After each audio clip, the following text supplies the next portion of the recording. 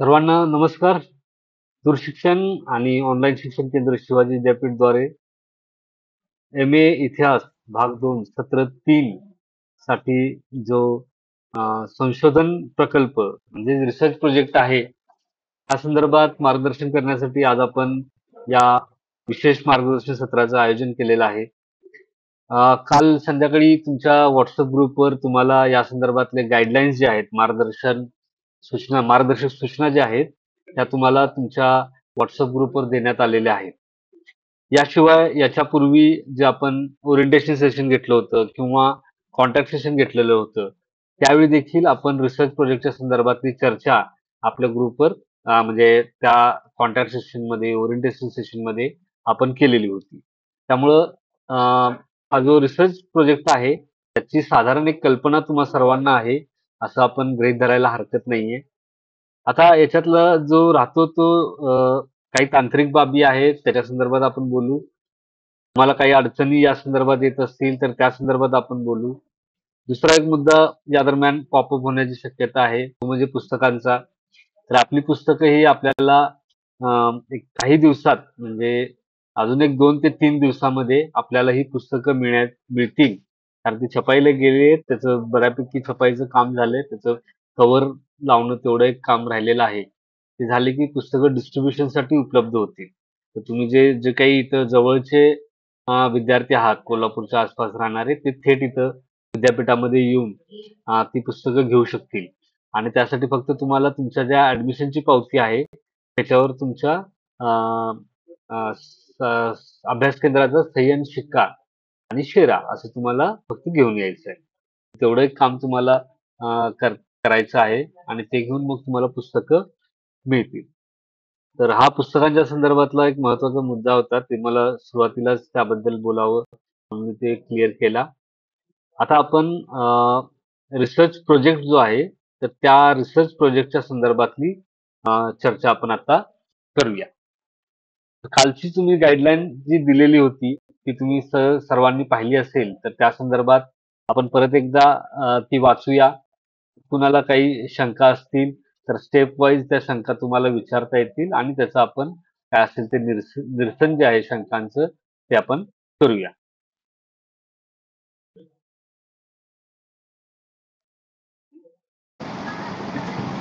ओमकार.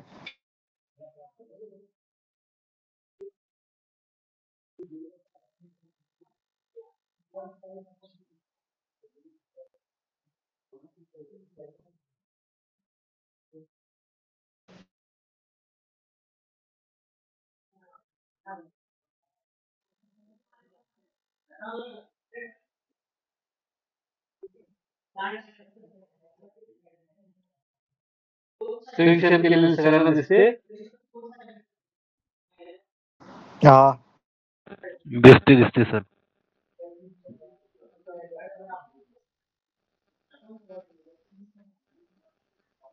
व्यवस्थित दिसते ना? हा, व्यवस्थित दिसते सर. मस्त.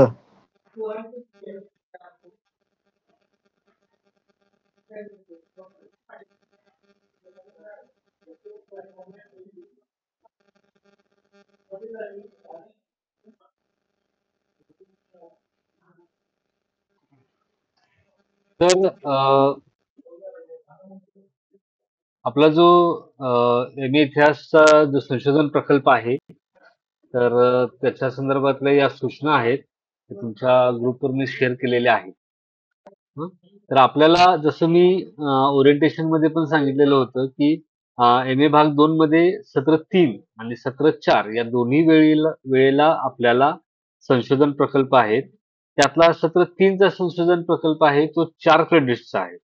4 क्रेडिट म्हणजे साधारणपणे 100 मार्क. आणि याच्यामधले 100 मार्कातले 80 मार्क जे आहेत, ते तुम्ही जो काही प्रकल्प लिहिणार आहात, त्याचं जे काही डेझर्टेशन तुम्ही बनवाल, छापील स्वरूपात जे प्रिंट करून बायडिंग वगैरे कराल, तर त्याला 80 मार्क असतील आणि 20 मार्क हे साधारण तुमची वायवा, तुमचं जे काही तोंडी परीक्षा घेतली जाईल, तर त्यासाठी असेल.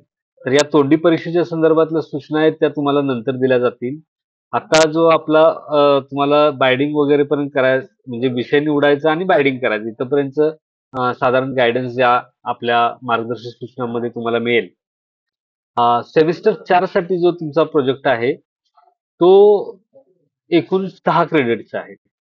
म्हणजे 4 क्रेडिटचा जो सेमिस्टर 3 चा आहे, तो 100 मार्काचा. 4 क्रेडिट म्हणजे 100 मार्क. आणि जो 6 क्रेडिटचा सेमिस्टर 4 साठी आहे, तो आहे 6 क्रेडिटचा. आणि 6 क्रेडिट म्हणजे साधारण 150 मार्कांचा. तर त्याची एक जी विभागणी आहे मार्कांची, ती तुम्हाला त्यावेळी आपण ज्यावेळी सेमिस्टर 4 च्या प्रोजेक्ट बद्दल बोलू, त्यावेळी आपण त्याच्या संदर्भात चर्चा करू. तर हे दोन्ही प्रोजेक्ट जे आहेत, सेमिस्टर 3 चे आणि सेमिस्टर 4 चे, हे आपल्याला या वर्षी पूर्ण करायचे आहेत. ते अनिवार्य आहेत, कंपल्सरी आहेत. त्यामुळं त्याकडं चांगल्या पद्धतीने लक्ष देणं आपण आवश्यक आहे. आता हा जो प्रोजेक्ट आहे, तो आपल्याला का इंट्रोड्यूस केला? म्हणजे आपल्या आपल्या अभ्यासक्रमामध्ये का आणला? तर त्याच्याबद्दल एक थोडी चर्चा करू, म्हणजे त्याचं महत्त्व जे आहे, ते आपल्याला लक्षात येईल. राष्ट्रीय शैक्षणिक धोरण 2020 नुसार विद्यार्थ्यांच्या मध्ये जे कौशल्य आहेत, कौशल्यांची निर्मिती व्हावी. हां. त्यामुळं त्यासाठी त्यांच्यामध्ये काही उपक्रम त्यांच्यासाठी राबवले गेलेले आहेत. म्हणजे स्किल एनहान्समेंट कोर्सेस आहेत. त्यासोबतच आता मागच्या वेळी ऑन जॉब ट्रेनिंग होतं, तुम्हाला इंटर्नशिपचा अनुभव, म्हणजे कामाचा प्रत्यक्ष अनुभव देण्यासाठी इंटर्नशिप होती. तर त्याच पद्धतीनं तुम्ही आता master of arts in history या विषयामध्ये तुमचं आता मास्टर्स होईल, बरोबर? म्हणजे तुम्ही त्या विषयातले तज्ञ होता. आणि मग त्याच्यातलं जर संशोधन जो असतो, कुठल्याही सोशल सायन्स असेल, कुठलीही ज्ञानशाखा असेल, सायन्स असेल, आर्ट्स असेल, कॉमर्स असेल, तर त्याच्यामध्ये संशोधन हा त्याच्यातला एक महत्त्वाचा भाग असतो. तर संशोधनाची पण माहिती आपल्या विद्यार्थ्यांना व्हावी आणि संशोधनाचा अनुभव त्यांना यावा, आणि नेमकं संशोधन कशा पद्धतीने केलं जातं ते देखील त्यांना लक्षात यावं. त्याचं एक प्रॅक्टिकल नॉलेज जे आहे त्या संशोधनाचं आपल्या विद्यार्थ्यांना मिळावं, या दृष्टिकोनातून या एन-ई-पी मध्ये एन-ई-पी 2020 नुसार त्याच्यामध्ये या संशोधन प्रकल्पाचा समावेश केलेला आपल्याला दिसतो. तर हा जो संशोधन प्रकल्प आहे, रिसर्च प्रोजेक्ट आहे, तो केल्यानंतर नेमकं कुठली कौशल्य विद्यार्थ्याला प्राप्त होतील, त्या संदर्भात तुमच्या सिलेबसमध्ये दिलेलं आहे. तुमच्या सिलेबसमध्ये इंग्लिशमध्ये ही साधारण माहिती दिलेली आहे, आणि त्याच्यामध्ये काही अधिकची माहिती आणि काही ही सगळी माहिती मराठीमध्ये देणं, आणि काही त्यामध्ये अधिकची माहिती आपल्या इतिहास विषयाच्या अनुषंगानं उपयुक्त पद्धतीनं गाईडलाईन तयार करण्याच्या दृष्टीनं या मार्गदर्शक सूचना मी बनवलेल्या होत्या. तर त्यामध्ये आपण हे जे संशोधन प्रकल्पाची उद्दिष्ट आहेत, म्हणजे या संशोधन प्रकल्प केल्यानंतर विद्यार्थ्याला नेमकी कोणती कौशल्य प्राप्त होतील, तर त्याची एक आपण माहिती घेऊया. पहिला जसं म्हणजे संशोधनाचे प्रश्न ओळखतील विद्यार्थी. संशोधनाचे प्रश्न ओळखतील आणि संशोधनाची उद्दिष्टे स्पष्ट करतील. म्हणजे आपण एखाद्या विषयावर संशोधन करतोय, आपण का संशोधन करतोय, की त्याचे काहीतरी प्रश्न असतात. म्हणजे एखाद्या व्यक्तीने समजा भारताच्या लढ्यावर संशोधन करायचं असेल, तर भारताचा स्वातंत्र्य लढा नेमका कसा लढला गेला, कोणकोणत्या व्यक्तींनी त्याच्यात भूमिका निभावली, कुणी कुणी नेतृत्व केलं, स्वातंत्र्य लढ्यामध्ये कोणत्या पद्धतीची विचारसरणी होती, स्वातंत्र्य लढा कशा पद्धतीनं विकसित होत गेला, हा आणि स्वातंत्र्य लढ्याचे काय परिणाम झाले, किंवा स्वातंत्र्य मिळण्याची काय कारणं होती, हे असे संशोधनाचे प्रश्न असतात. असे प्रश्न जे आहेत ते विद्यार्थ्यांना तयार करता यायला पाहिजे. जो कुठला विषय ते निवडतील, त्या विषयाच्या संदर्भात अशा पद्धतीचे प्रश्न जे आहेत ते विद्यार्थ्यांनी म्हणजे तयार करायला हवे, त्याला लक्षात यायला पाहिजे ते प्रश्न. आणि मग त्या संशोधनाची काही उद्दिष्ट असतात. म्हणजे कसं, त्या ऐतिहासिक ज्ञानात म्हणजे आतापर्यंत माहित नसलेलं नवीन माहिती जी आहे ती तुमच्या संशोधनातून पुढे येते, तर तो एक त्याचा उद्दिष्ट असू शकतं. किंवा समजा भारताच्या स्वातंत्र्य लढ्याचा एक आढावा घ्यायचा आहे, हा एक त्याचा उद्दिष्ट असू शकतं. किंवा विशिष्ट भागातल्या स्वातंत्र्य लढ्याचा किंवा प्रदेशातल्या स्वातंत्र्याचा एक आढावा किंवा त्याचा इतिहास मांडणं हा त्याचं उद्दिष्ट असू शकतं. किंवा स्वातंत्र्य लढ्या यशस्वी होण्यामागची जी कारणं होती, त्याचं विश्लेषण करणं हे त्याचं उद्दिष्ट असू शकतं. अशा पद्धतीची तुमच्या संशोधनाची उद्दिष्ट जी आहेत, ती तुम्हाला ओळखता यायला हवी. ती तुम्हाला मांडता यायला हवी. हां, तर हे केलं तर तुम्हाला हे संशोधन प्रकल्पाच्या माध्यमातनं तुम्हाला या गोष्टी लक्षात येतील.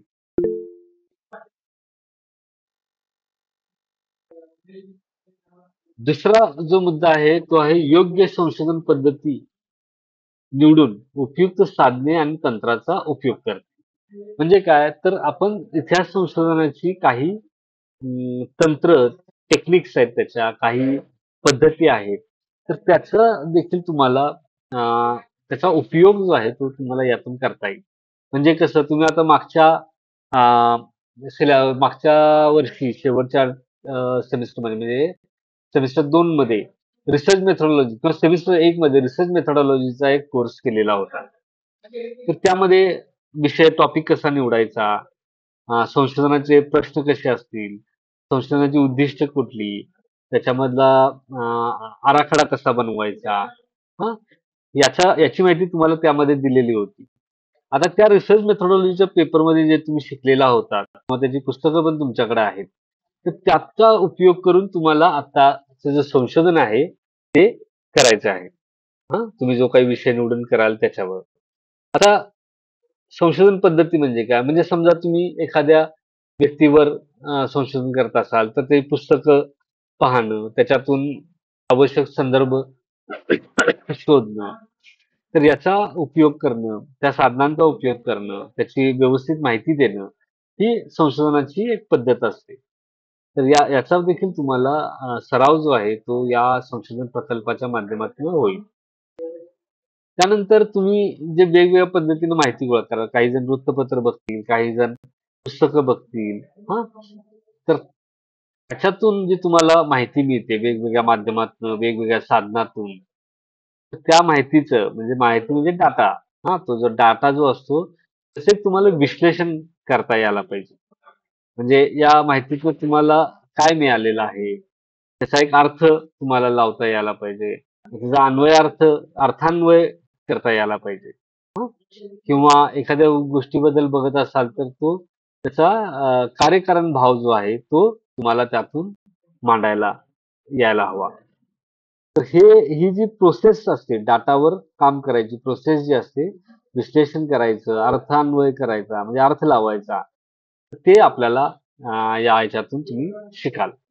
नंतर चौथा जो मुद्दा आहे, तो आहे माहितीच्या विश्लेषण व अर्थान्वय किंवा कारणमीमांसा याच्या आधारे निष्कर्ष विद्यार्थी मांडू शकतील. म्हणजे आता तुम्ही माहिती वगैरे गोळा केली, पुस्तकं वाचली, त्यातलं आवश्यक संशोधन रेफरन्सेस तुम्ही घेतले, संदर्भ तुम्ही घेतले आणि मग नंतर त्या संदर्भाच्या आधारे त्यांचं काही विश्लेषण केलं तुम्ही, काही कारणमीमांसा केली.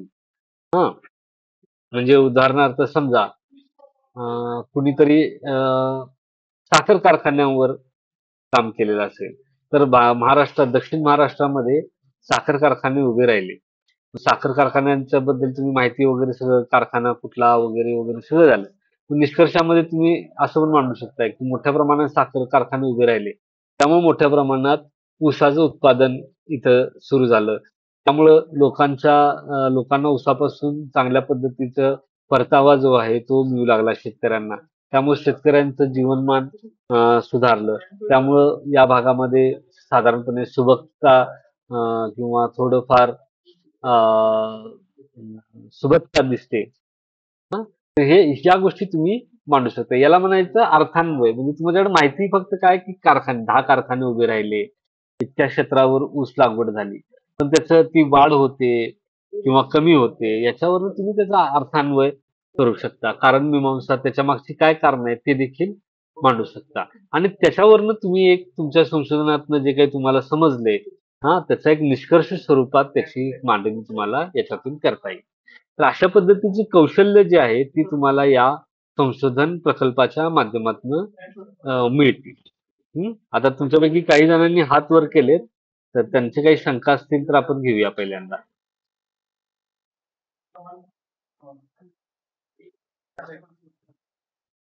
विजय पाटील, काही शंका आहे?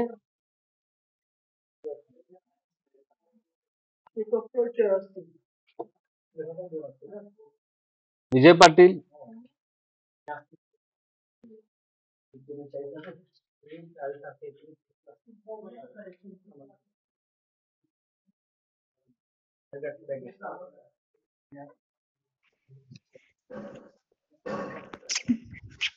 हा बोला. सर हं. ते ना आपण आता तुम्ही म्हणताय ना प्रकल्पाचं हे, पण त्याच्या संदर्भासाठी पुस्तकांची पण माहिती द्यायची, आपण कुठल्या पुस्तकातनं हे घेतलंय ते. बरोबर, सांगतो ना मी पुढं. आता तुम्ही तो रिसर्च मेथोडॉलॉजीचा पेपर होता की नाही, त्याचं पुस्तक आहे आपल्याकडे, बरोबर, मागच्या हा. वर्षी. हा, त्याच्यामध्ये संदर्भ ग्रंथसूची, तळटीपा असं दिलेलं आहे बघा. त्याचे वाचून तुमच्या लक्षात येईल. ठीक आहे. हा हा सर. Hello sir. बोला. सर प्रोजेक्ट जो आपला करायचा आहे ना, त्याचे मुद्दे सुद्धा येणार आहे की आपण मागच्या वेळी जसा केला तशाच पद्धतीचा येईल? मागच्या वेळचा ऑन जॉब ट्रेनिंग होता, तो इंटर्नशिप होती, ती हम्म. काम हम्म. केल्याचं त्याचा अहवाल होता. हे संशोधन आहे.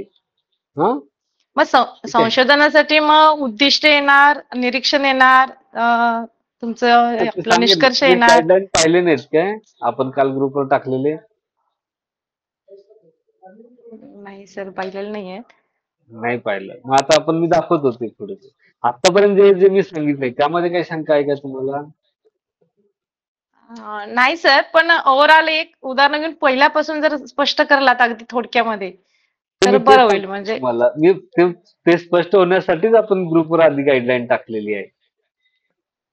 2 पानांची गाईडलाईन आहे आपली ग्रुपवर. हा, तीच मी दाखवते. येईल स्पष्ट. जॉईन व्हा तुम्ही. ठीक आहे. अजून कुणाला काही शंका आहे?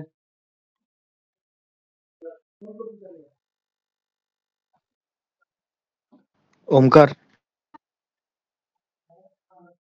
श्रेयस, काय समस्या आहे?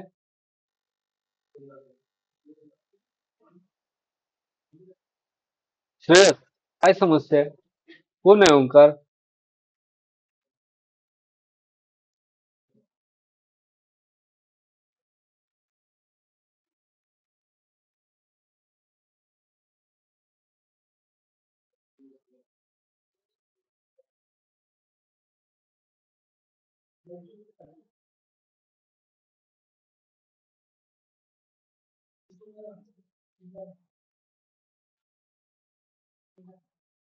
तर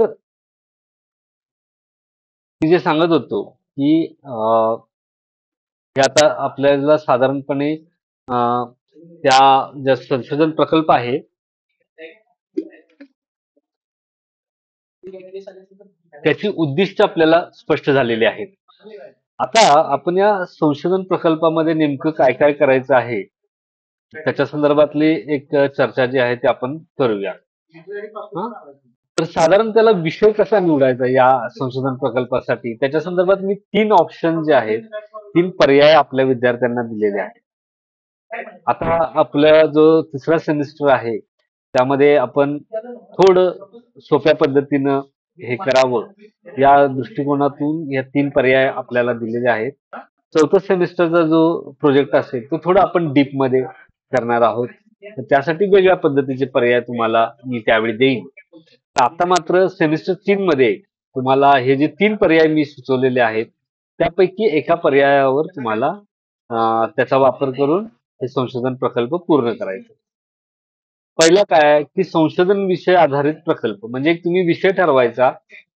तुमच्या आवडीचा ऐतिहासिक घटना असेल, घटनाक्रम असेल किंवा ऐतिहासिक व्यक्तिमत्व असेल किंवा एखाद्या भागाचा किंवा तालुक्याचा, जिल्ह्याचा राष्ट्रीय, सामाजिक, आर्थिक, सांस्कृतिक पैलू असेल किंवा एखाद्या शहराच्या संदर्भातला इतिहास असेल किंवा त्याच्या आर्थिक बाबींच्या संदर्भात, सांस्कृतिक बाबींच्या संदर्भात, असं काही तुम्हाला जे काही तुमच्या आवडीचे विषय तुम्हाला वाटतात तर त्या विषयावर तुम्हाला तिथं संशोधन करायचं आहे आणि त्याचं सविस्तर संशोधन अहवाल तयार करून तो सादर करायचं.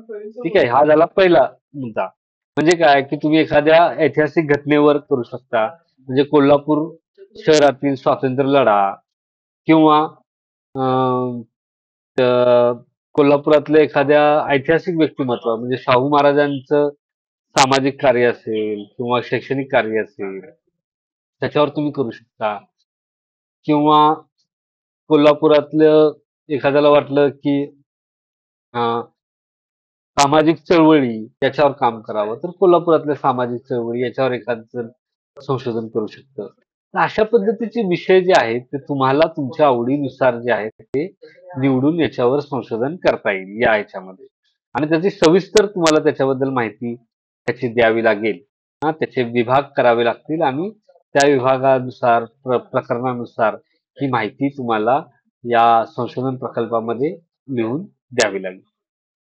दुसरा एक पर्याय आहे की म्हणजे स्थळ भेट. एखाद्या ऐतिहासिक स्थळाची माहिती जी आहे ती विद्यार्थ्यांना मग द्यायची. म्हणजे कसं की एखादा किल्ला असेल तर त्याचा इतिहास तर मग तुम्हाला जर मांडायचा असेल, त्याच्या संदर्भातली कागदपत्र असतील, त्याच्या संदर्भातले ग्रंथ असतील, ते वापरून तुम्हाला एखाद्या किल्ल्याचा इतिहास लिहायचा असेल किंवा एखाद्या तीर्थस्थळाचा ऐतिहासिक तीर्थस्थळाचा इतिहास लिहायचा असेल किंवा एखादं वस्तुसंग्रहालय तुम्ही बघितलं असेल आणि त्याच्या वस्तुसंग्रहालयाच्या बद्दल तिथल्या वस्तूंच्या बद्दल तुम्हाला लिहायचं असेल हा तर ते देखील तुम्ही करू शकता. किंवा एखाद्या पुराभिलेखागारामध्ये गेलात आणि तिथं काही कागदपत्र आहेत वगैरे तुम्हाला जर तसं काम करायचं असेल तर ते देखील तुम्ही करू शकता. हे तुमच्यावर आहे. तुम्हाला जर या पद्धतीने करायचं असेल तर या पद्धतीने देखील संशोधन तुम्हाला करता येईल आणि त्याच्यावर तुम्हाला मग सविस्तर त्याचा अहवाल जो आहे तो अं, प्रकल्प स्वरूपात जो आहे तो जमा करायचा. आता तिसरा अजून एक प्रकार आहे तो आहे ग्रंथ विवेचन. म्हणजे तुम्ही काय करायचं की एखादा तुमच्या आवडीचा ऐतिहासिक विषय जो असेल तो निवडायचा आणि त्याच्याशी संबंधित कमीत कमी 5 पुस्तकांचं वाचन करायचं. आणि त्या 5 ग्रंथांचं मध्ये मोठी मोठी ऍटलिस्ट कमी ते कमी 20-25 200 ते 300 पेजेसची ही पुस्तकं तुम्ही निवडायला हवीत आणि त्या ग्रंथ लेखकाची माहिती ग्रंथ विवेचन म्हणजे त्याचं एक अनालिसिस करायचं त्या पुस्तकाचं. त्याच्यात काय म्हटलंय, लेखकाचा काय उद्देश आहे अशा पद्धतीने मांडणी करण्याच्या मागं, त्या ग्रंथाचा आशय काय आहे आणि तुम्हाला त्या ग्रंथातल्या माहितीबद्दल किंवा त्यात जी मांडणी केलेली आहे त्याबद्दल काय वाटतं, त्या ग्रंथाचं काय महत्व आहे आणि आजच्या काळामध्ये त्याचं काय बाबा उपयुक्तता काय आहे त्या ग्रंथाची. अशा पद्धतीने तुम्हाला किमान 5 म्हणजे कमीत कमी 5 ग्रंथांच्या बद्दलची माहिती जी आहे ती तुम्हाला याच्यात लिहावी लागेल आणि सविस्तर त्याच्या संदर्भातलं विवेचन जे आहे ते तुम्हाला या प्रकल्पात करता येईल. असे हे 3 प्रकार जे आहेत ते तुम्हाला आपण दिलेले आहेत 3 पर्याय. तर यातील एका पर्यायावर तुम्ही संशोधन करू शकता. ठीक आहे. तर आता मी जे काही 3 पर्याय सांगितलेले आहेत हे 3 पर्याय आहेत ते. तर या संदर्भात तुम्हाला काही शंका असतील तर विचारा. सर, हम्म. जो दुसरा पर्याय आहे तीर्थस्थळ किंवा किल्ला, हम्म. जर ह्याबाबत आपण जर प्रोजेक्ट करायचं म्हटलं तर त्या आपण आता मी अनुक्रमणिका प्रास्ताविक वगैरे सगळं बघितलं ते तर त्याच्यामध्ये प्रकरण 1 प्रकरण 2 आणि प्रकरण 3 असं प्रकार दिलेले आहेत. तर साधारणतः प्रकरण 1 किती पेजेसचं असावं, किती लिहायचं, किती शब्दामध्ये लिहायचंय आपण तरी? कमीत कमी 7 पेजेसचं तुमचं प्रकल्प असावा असं म्हणलंय. त्याचा मजकूर जो आहे ना तो 60 पानांचा असावा. हा, टोटल सगळा.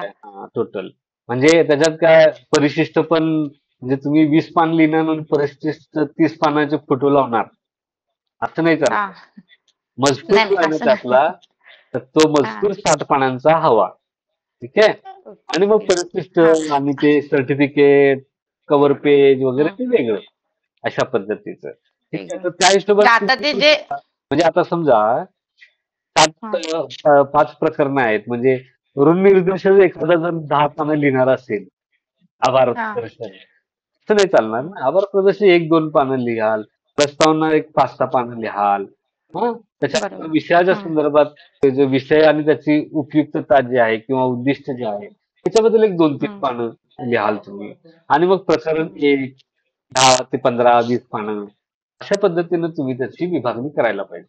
जेवढं तुमच्याकडे हा कंटेंट असेल त्याच्या हिशोबानं ते त्याचा आकार ठरत जाईल. हा सर, मी जर शाहू महाराजांचे सामाजिक कार्य हा प्रोजेक्ट जर निवडला तर त्याच्यामध्ये त्याचं प्रकरण 1, 2, 3 म्हणजे फक्त सामाजिक कारण ती वेगळी वेगळी येणार. तर तुम्हाला वेगवेगळी ते विभागणी करावी लागेल. मग तुम्ही काही विशिष्ट सामाजिक कार्याच्या बद्दल बोलला म्हणजे समजा म्हणाला की स्त्रियाविषयीच सुधारणा, त्याच्यात हम्म शाहू महाराजांनी केलेले कायदे असतील, याचे एक प्रकरण होईल. स्त्रियांच्या हम्म संदर्भातले कायदे. त्यानंतर हम्म स्त्रियांच्या शैक्षणिक सुधारणा स्त्रियांमध्ये यावे त्यासाठी त्यांनी काय केलं ते असेल. तर अशा हम्म पद्धतीचं ते तुम्हाला करता येईल. ओके. ते डिपेंड करते की तुम्ही नेमका विषय कसा निवडता हा त्याच्यावर हा ते हा भाग पडत जातात. Okay sir. ओके. आणि सर हा मागच्या वेळेस सारखाच आपला टायपिंग करून वगैरे कशा पद्धतीने हो, हवाय काय? ते सांगितलं मी पुढं. ती पहिला आपण विषय जे ठरवायचे आहेत ना त्याच्यावर बोलू हा पहिल्यांदा आणि मग ते काय टायपिंग वगैरे आहे त्याच्याबद्दल पण बोलूया. पहिल्यांदा ओके ही सर. शंका ओके. आपली क्लिअर करून घेऊया. Okay sir. हर्ष विचार तू पण. सर, लेगसी चार्ट एखाद्या डायनेस्टीचा घेतला तर चालेल का? म्हणजे आता समजा मी कसला मुघल डायनेस्टी लेगसी चार्ट.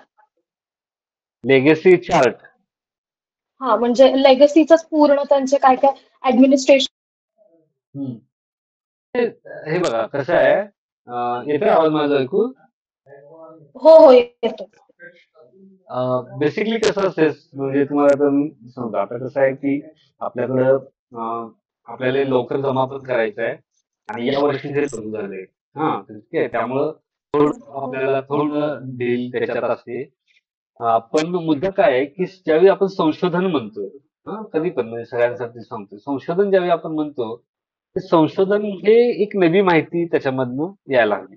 एक नव्या पद्धतीचं अनालिसिस जे आहे किंवा माहिती जी आहे किंवा एखादं विश्लेषण जे आहे ते नवीन पद्धतीचं असावं असं अपेक्षित असतं. म्हणजे इवन समजा आता तुम्ही जर समजा लिहिलं की डिक्लाइन ऑफ मुघल एम्पायर हे जर तुम्ही विषय निवडून हा. लिहिलं तर तो मुळात ऑलरेडी लोकांनी त्याच्याबद्दल सांगितलेलं आहे बरोबर. तुम्ही नवीन काय सांगणार असा प्रश्न त्याच्यामध्ये निर्माण होतो. आता समजा तुम्ही खरंच तुमच्याकडं तुम्ही काही नवीन कागदपत्र बघणार असाल किंवा मधल्या काळात काही नवीन पुस्तक आले त्याच्या आधारावर तुम्ही काही नवीन गोष्टी सांगणार असाल तर त्याच्यात तुम्हाला ते करता येईल. पण म्हणजे त्याला पण संशोधन म्हणणार म्हणजे त्याच्यात मग तुम्ही काय करायला हवं चांगल्या पद्धतीनं की हे सगळं स्वतःच्या भाषेत तुम्ही लिहायला हवं. कारण नंतर नाहीतर काय होईल त्याला आम्ही म्हणतोय सीझर अँड गम हिस्टॉरियन असं त्याला म्हणतो. म्हणजे कटिंग पेस्टिंग वाले असतात. म्हणजे या अख्ख्या प्रोजेक्ट मध्ये अशी काहीतरी एक मेन इन्फॉर्मेशन पाहिजे जी ह्याच्या आधी कधी डिस्कवर झालेली नाही आणि त्याच्यावरती आपल्याला काहीतरी हायलाइट करून प्रोजेक्ट करायचा आहे. बरोबर बरोबर. मग लोकांना म्हणजे काय होतं साधारण लोकांना काय वाटतं की प्रोजेक्ट लिहायचा की म्हणजे 4 पुस्तकं घ्यायची आणि त्याच्यातला सगळा मजकूर एकत्र करायचा आणि ते म्हणजे रिसर्च प्रोजेक्ट. ते नाही ते कटिंग पेस्टिंग झालं की तुम्ही तिथला मजकूर आहे तसा तिथं लावून तो सगळा प्रोजेक्ट बनवतो. काय तर तो संशोधन नाही होत. तर रिसर्च मध्ये अपेक्षित हे आहे की तुम्ही नवीन माहिती असायला पाहिजे किंवा जी काही उपलब्ध माहिती आहे ती नव्या भाषेत नव्या पद्धतीनं नव्या स्टाईल मध्ये म्हणा ती तुम्हाला मांडता यायला हवी. त्याला आपण साधारण एक रिसर्च असं म्हणतो. तर त्या दृष्टीने समजा आणि गुगल डिक्लाइन बद्दल समजा तुम्हाला काम करायचं असेल ना तर तुम्ही काय करू शकता की मुघल डिक्लाइनच्या संदर्भात 18th सेंचुरी डिबेट नावाचा एक इश्यू आहे. पुस्तक नाही पुस्तक नाही एक त्याच्यातला डिबेट आहे आर्टिकल वादविवाद आहे. वादविवाद आहे म्हणजे त्याच्यामध्ये 20-25 इतिहासकार सामील आहेत आणि त्यांची 20-25 पुस्तकं आर्टिकल्स असं सगळं त्यामध्ये आहे. काय तुम्ही जर तुमचं जे rise and consolidation of British empire British power in India नावाचं जे पुस्तक असेल त्याच्यामध्ये 18th सेंचुरी डिबेट बद्दलची चर्चा आहे. मग आता 18th सेंचुरी डिबेट ही मुघल डिक्लाइनशी संबंधित आहे. म्हणजे मुघल डिक्लाइन आहे त्याच्यातला एक डिबेट त्याच्या संदर्भातला एक वादविवाद तो 18th सेंचुरी डिबेट आहे. मग त्याच्या संदर्भातली पुस्तकं जी आहेत त्याच्यावर तुम्ही चर्चा करू शकता. असं तुम्हाला करायला लागेल. तर त्याच्यासाठी तुम्हाला चालेल. थोडं जास्त वेळ जो आहे तो त्याच्यामध्ये गुंतवायला लागू शकतो. पण तरी तुम्हाला जरी वाटत असेल की मुघल डिक्लाईनवर असेल किंवा मुघल एम्पायरवर असेल, असं तुम्हाला जर काही वेगळ्या तुम्हाला ज्या वेगळ्या महत्वाच्या वाटणाऱ्या गोष्टी असतील, हा ते हा मला असेल म्हणजे सोशल अँगल असेल, पॉलिटिकल कल्चरल अँगल असेल, त्या देखील तुम्ही हा. या प्रोजेक्टमध्ये मांडू शकता. बेसिक मग जर सर असं केलं तर की 16 सेंचुरी किंवा जेव्हा आपल्याकडे फॉरेन इन्व्हेडर्स आले त्यानंतरच्या आपली सोसायटी चेंजेस आणि कल्चरल चेंजेस जसे जसे झाले, जसे की आजपर्यंत डिबेट आहे की मुघल वगैरे आले किंवा इंग्रज आले आणि त्यानंतर आपल्या कल्चरल जे रूट्स होते काही काही त्यांनी ते वेस्टर्नाइज केले. बर त्याच्यावरती जर प्रोजेक्ट केला तर करा ना तुम्हाला जे असं वाटत असेल तर त्या पद्धतीने तुम्ही करा. पण त्याला प्रत्येकाला तुमचं काहीतरी सॉलिड एव्हिडन्स जो असतो, संदर्भ जो असतो तो द्या. ठीक आहे. आता मी अजून एक सगळ्यांना आता हे चालू आहे त्यावेळीच एक सूचना देतो की आता बरेच जण आहेत, 58 जण जॉईन आहेत आपल्या बरोबर. या 58 जणांसाठी तर बेसिकली ही सूचना आहे की तुमच्या काही समजा शंका असतील ना, तर या आपण या कॉन्टॅक्ट सेशन मध्ये चर्चा करूया त्याची. हा म्हणजे जे काही मार्गदर्शक सत्र आहे ना त्याच्यामध्ये आपण त्याची साधारण चर्चा करूया. कारण नंतर समजा मग फोनवर इंडिव्हिज्युअली प्रत्येकाला या संदर्भात सांगणं हे खूप अवघड काम आहे. काय तर आपण काय करू की तुम्ही दुसरे जे प्रश्न विचारतायत त्या पद्धतीचं त्याच्याकडे तुम्ही लक्ष ठेवलं की तुमच्या प्रश्नांची देखील उत्तरं साधारणपणे तुम्हाला मिळून जातात. किंवा तुमचे काही त्याच्यापेक्षा वेगळे प्रश्न असतील तर ते तुम्ही मला विचारू शकता. ऐश्वर्या बोला.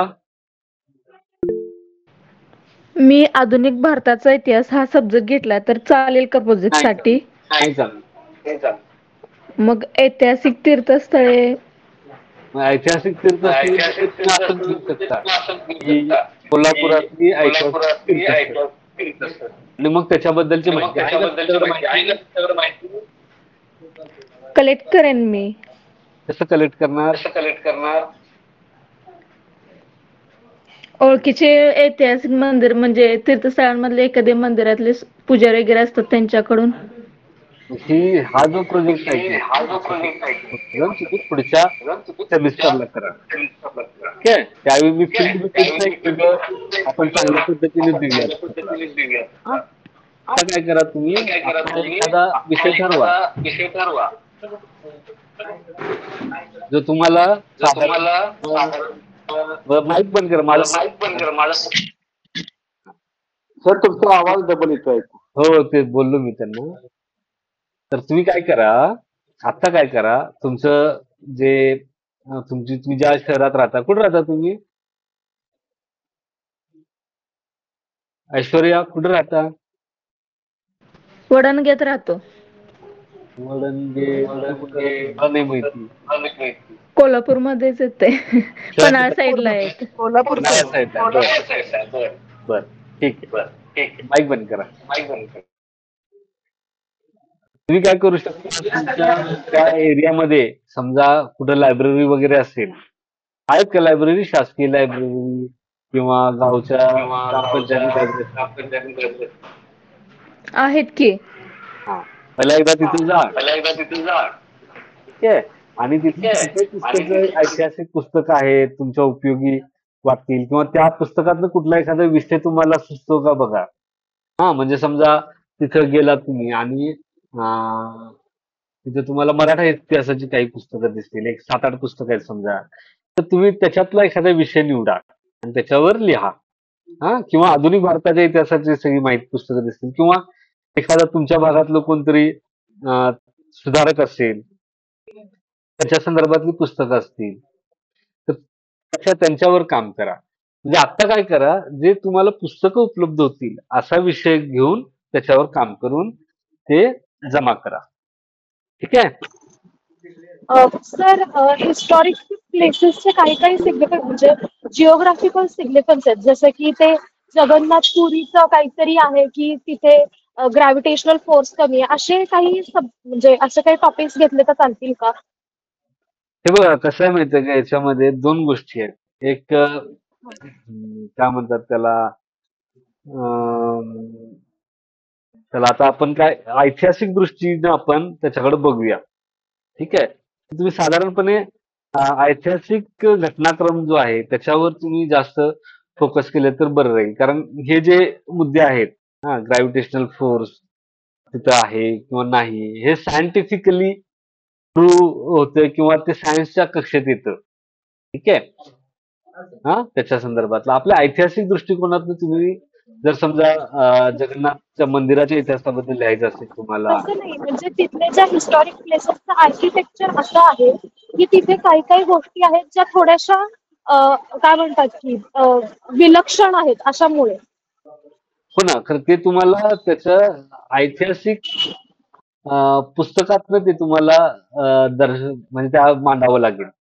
म्हणजे तुम्ही समजा इंटरनेटवर असं काही माहिती मिळते. इंटरनेटवरची माहिती ही बऱ्याच पद्धतीनं बऱ्याचदा म्हणण्यापेक्षा काही प्रमाणात चुकीचं असू शकते. काही प्रमाणात ओव्हर काय म्हणतात त्याला, अतिशयोक्ती आपण मराठीत म्हणतो त्याला.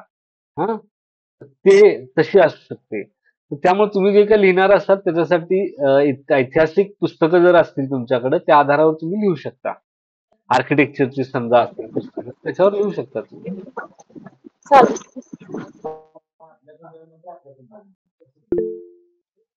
हा, विजय पाटील बोला. सर, ऐतिहासिक स्थळामध्ये आपण हम्पी घेऊ शकतो का? कारण तिथला मला इतिहास मला लक्षात नाही आलं. ऐतिहासिक स्थळामध्ये हम्पी पण घेऊ शकतो का? ते पर्यटन स्थळ पण आहे आणि ऐतिहासिक बरोबर आहे. स्थळ पण. हो, बरोबर. खरं हम्पी बद्दल तुम्ही आता लिहायला तुमच्याकडे पुस्तक उपलब्ध आहेत का? पुस्तक सर, कारण आम्ही तिथंच राहिलाय ना, त्यामुळे लोकल एरिया असल्यामुळे तिथं ग्रंथालय पण आहे, पण तिथं भेटू शकतात. तुम्ही कर्नाटकात राहता? हा, चालेल, लिहा. तुम्हाला कन्नड येत असेल तर तिथली काही हम्पीच्या आर्किटेक्चरवरची पुस्तकं असतील तर त्याचा वापर तुम्ही लिहा. मला वाटलं तुम्ही इकडे कोल्हापुरात कुठेतरी आहात आणि विचारते असं मला वाटतं. घ्या तुम्ही, काय हरकत नाही. ठीक आहे. हर्ष, तू कशावर लिहिणार कन्नड आहेस? येते तुम्हाला? हा, कन्नड येतं? कन्नड येतं पण स्वल्प स्वल्प, असं जास्त नाही जमत. स्वल्प त्या लोकांचे बोलणं समजतं. बर. आता तुम्ही स्वल्प म्हणता त्याचा अर्थ आम्हाला कळणार नाही. स्वल्प म्हणजे थोडं थोडं असं म्हणायचं. थोडं. ठीक आहे. चालेल ना, असं काही हो, प्रॉब्लेम चालेल चालेल चालेल चालेल लिहा तुम्ही. ठीक आहे. त्याच्यात पण तुम्हाला समजा विशिष्ट काही फक्त आता ते जे हम्पीचं आर्किटेक्चर आहे की नाही, हिस्टॉरिकल साईट जे आहे त्याच्यात वेगवेगळ्या पद्धतीचे बांधकाम आहेत. बरोबर. ठीक आहे. त्यातलं मंदिरांच्या संदर्भात फक्त लिहायचं असेल तर त्याच्याबद्दल लिहा. किंवा इथं काही रिलिजियस आर्किटेक्चर तिथलं म्हणजे धार्मिक नाहीये अशा पद्धतीचं, म्हणजे तो जो हत्तीखाना आहे तिथं, त्याच्यानंतर कमळ महल आहे, हत्ती महल आहे, असं वेगवेगळं आहेत ना म्हणजे जे तिथे. धार्मिक नाहीयेत अशा वास्तूंबद्दल लिहायचं असेल तर तसं वेगळं लिहा. तसं तुम्ही त्याची डिव्हायडेशन करू शकता. ठीक आहे. परिशिष्टामध्ये फोटो वगैरे लावा. चालतं. आणि मराठीत लिहिणार आहात तुम्ही? मराठीतच लिहिणार. बर, ठीक.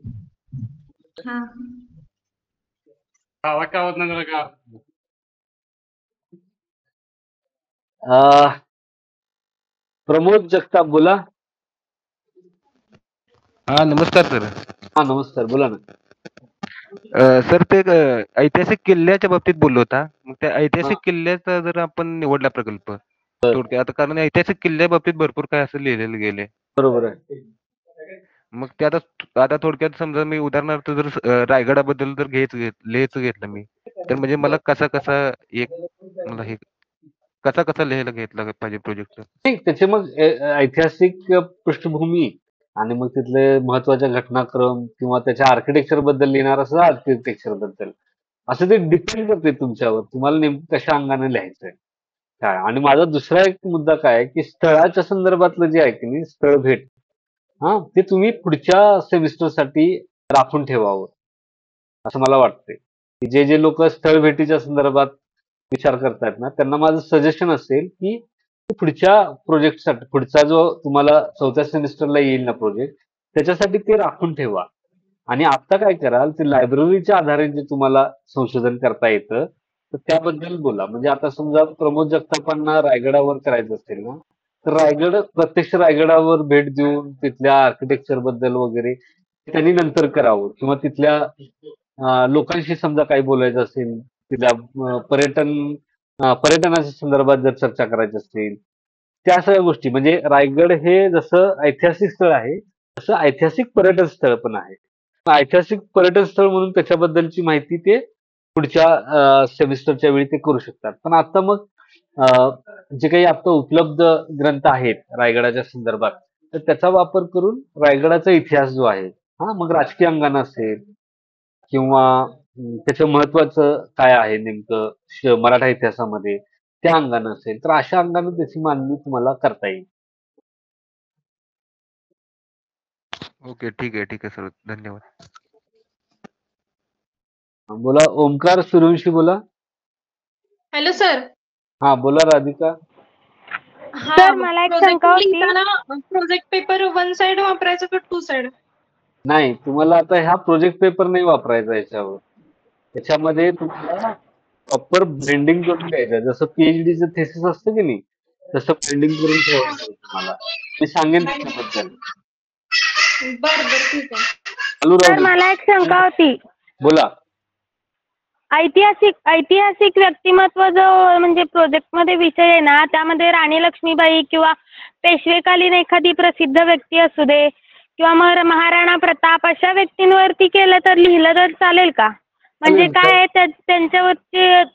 हा चालेल. तुमच्याकडे आहेत का पुस्तकं त्याच्या संदर्भात?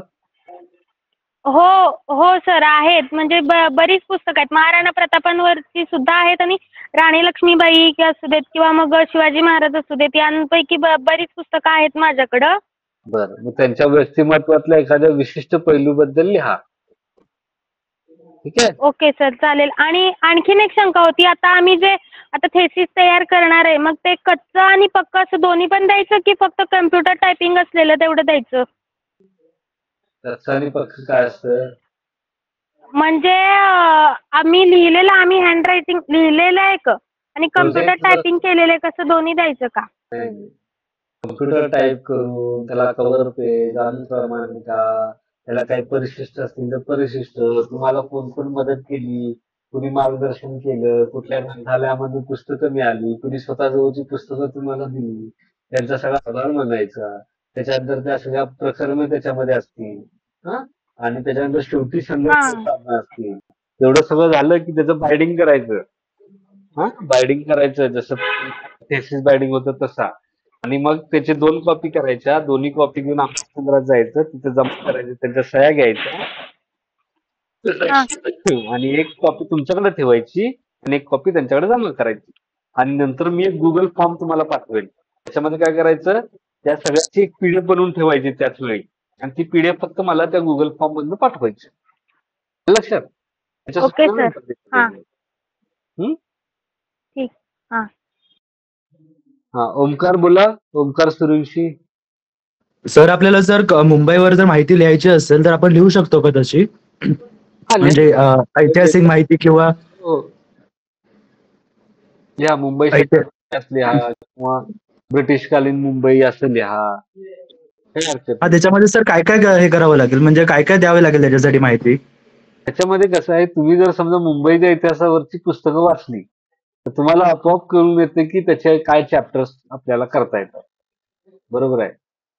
म्हणजे ब्रिटिशकालीन मुंबई असेल तर तिथलं स्पेसिफिक एरियाबद्दल तुम्ही विभागणी करू शकता, किंवा काळाबद्दल विभागणी करू शकता, किंवा मुंबई शहराचा इतिहास म्हणजे Mumbai architecture in Mumbai, transport facility in Mumbai, असं पण तुम्ही वेगवेगळं करू शकता. तुम्ही काय विषय निवडताय त्याच्यावर तुम्ही विभागणी करायची, आणि ते तुम्हाला आयडेंटिफाय करायचंय. जसं याच्यात म्हटलंय की नाही, प्रश्न तुम्ही विचारायचे आहेत, आणि तुम्हीच त्याची उद्दिष्ट पण ठरवायचे आहेत. तुम्ही का संशोधन करताय त्याबद्दल. ओमकार, तू उद्धव ठाकरेवर लिही. कोल्हापूर शहर निवडलं तर ब्रिटिशकालीन पूर्व कोल्हापुरातल्या सांस्कृतिक घडामोडी म्हणजे जसं की तुम्ही म्हटले ना मगाशी शाहू महाराजांनी पहिल्यांदा इथल्या कलाकारांना प्रोत्साहन दिलं, ते अगदी 90s पर्यंत कोल्हापुराला मराठी इंडस्ट्रीचं माहेरघर वगैरे म्हणायचं. असं जर कोल्हापूरचं सांस्कृतिक महत्वाचा प्रोजेक्ट केला तर चालेल का? करा. चालेल.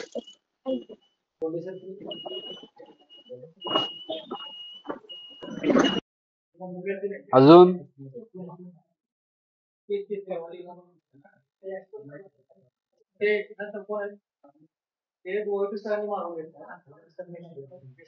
Hello sir. हा हरीश बोला. Sir history of Ichalkaranji city यावर लिहिलं चालतंय काय?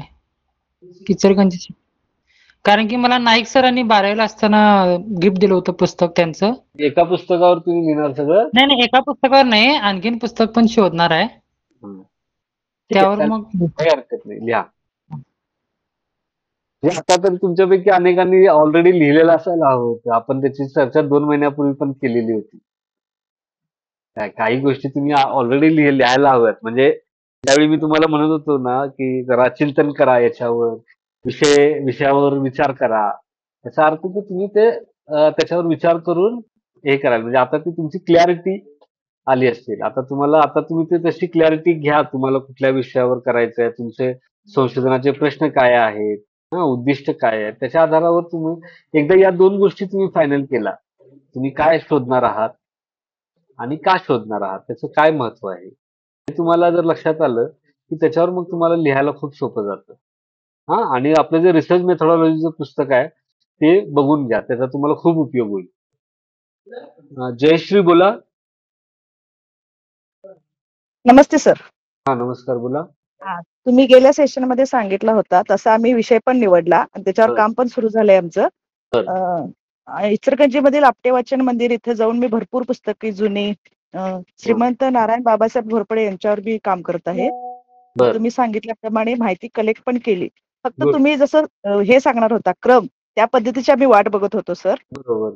तो आता मी हा सर नक्कीच मिळाला. फक्त मला एक शंका होती, जे उद्दिष्ट ग्रहितके परिकल्पना वगैरे जे आहेत ते पण आपण मांडायचे आहेत का त्याच्यामध्ये? हा तुम्ही मांडायचे असेल तर मांडा. बघा कसं असते, इतिहास म्हणजे संशोधनाच्या वेगवेगळ्या पद्धती असतात. म्हणजे समजा तुम्ही सामाजिक म्हणजे खूप ऐतिहासिक पद्धतीने गेलात तर अशी गृहीतकं वगैरे या गोष्टी त्यामध्ये नसतात. पण समजा तुम्ही सोशोलॉजी किंवा इकॉनॉमी म्हणजे आर्थिक इतिहास किंवा सामाजिक इतिहास अशा अंगाने गेला आणि त्याच्यामध्ये तुम्ही वेगवेगळ्या मेथड्स वापरायला लागला. म्हणजे सोशोलॉजीची मेथड वापरायला लागला किंवा इकॉनॉमिक सर्वेची मेथड वापरायला लागला किंवा सर्वे मेथड वापरायला लागला, तर अशा वेळी गृहीतकं त्याच्यामध्ये येतात. ते डिपेंड करते की तुम्ही नेमका विषय काय निवडलाय त्याच्यावर. सर मग माझा विषय आहे इचलकरंजी संस्थानिक श्रीमंत नारायण बाबासाहेब घोरपडे यांचे शिक्षण क्षेत्रातील योगदान. बरोबर. मग त्यासाठी तुम्हाला काही गृहीतकं नाही, तुमचे रिसर्च प्रश्न असतील की यांनी ज्या काही सुधारणामध्ये कॉन्ट्रीब्युट केलं का, शैक्षणिक सुधारणामध्ये त्यांच्या सुधारणांचा काय परिणाम झाला, काय सुधारणा केल्या, सुधारणांचा काय परिणाम झाला आणि आजच्या इचलकरंजी शहराच्या जे काही स्वरूप आहे किंवा शैक्षणिक जे त्याच्यामधलं जे स्थिती आहे त्याच्यामध्ये यांनी केलेल्या सुधारणा किंवा त्यांनी जे काही कामं केली त्याचा काय उपयोग त्याच्यामध्ये आहे किंवा त्याचं कॉन्ट्रीब्युशन काय आहे हे तुम्ही तपासू शकता. हे तुमचे रिसर्च क्वेश्चन झाले. हा सर बरोबर. म्हणजे उद्दिष्ट तेवढीच त्याची लिहायची आणि आवश्यकता काय होती संशोधनाची आणि शेवट निष्कर्ष. बरोबर. हा सर ओके थँक्यू सर. विभागणी करावी लागेल, प्रकरण तुम्हाला त्याच्यात करायला लागतील. मग सर मी शैक्षणिक क्षेत्राविषयी घेतलंय म्हटलं मी थोडं इचलकरंजीचं त्याच्यामध्ये घेतले, इचलकरंजी शहराविषयीचं महत्व, त्याच्यानंतर संस्थानिक जे श्रीमंत नारायण बाबासाहेब घोरपडे त्यांच्याविषयीचं चरित्र त्यामध्ये थोडंसं टाकले आणि शेवटी मग शैक्षणिक कार्यामध्ये डीकेटी आहे किंवा आपल्याकडची गंगामाई शाळा आहे किंवा त्यांच्या वेगवेगळ्या शैक्षणिक संस्था आहेत त्यांच्याविषयी थोडं मी त्याच्यात मांडणी करण्याचं ठरवलंय. बरोबर. आता तुम्हाला अजून सगळ्यांना मी अजून एक तुम्हाला अंदाज यावा नेमकं आपण काय करतोय त्याच्या संदर्भात काय. आता जयश्री आहेत किंवा हरीश आहे, आता इचलकरंजीवर संशोधन करणार असं ते म्हणतायत. ठीक आहे. तर त्या संदर्भातली पुस्तकं ते गोळा करतात. त्यासोबत अजून एक तुम्हाला मी पर्याय दाखवतो, ज्याच्यामध्ये तुम्हाला नेमकं काम कशा पद्धतीने चॅप्टरायझेशन कसं करायचं ते तुम्हाला लक्षात येईल.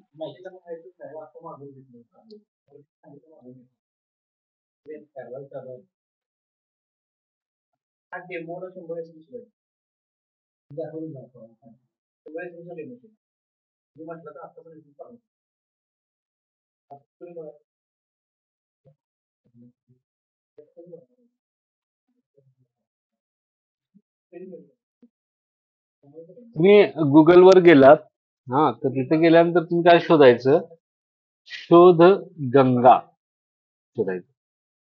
ठीक आहे, शोधगंगा काय आहे तर जे काही भारतामध्ये जे काही पीएचडीचं संशोधन होतं, ठीक आहे, तर ते संशोधन तिथं पीडीएफ स्वरूपात एकत्रित ठेवलेलं असतं.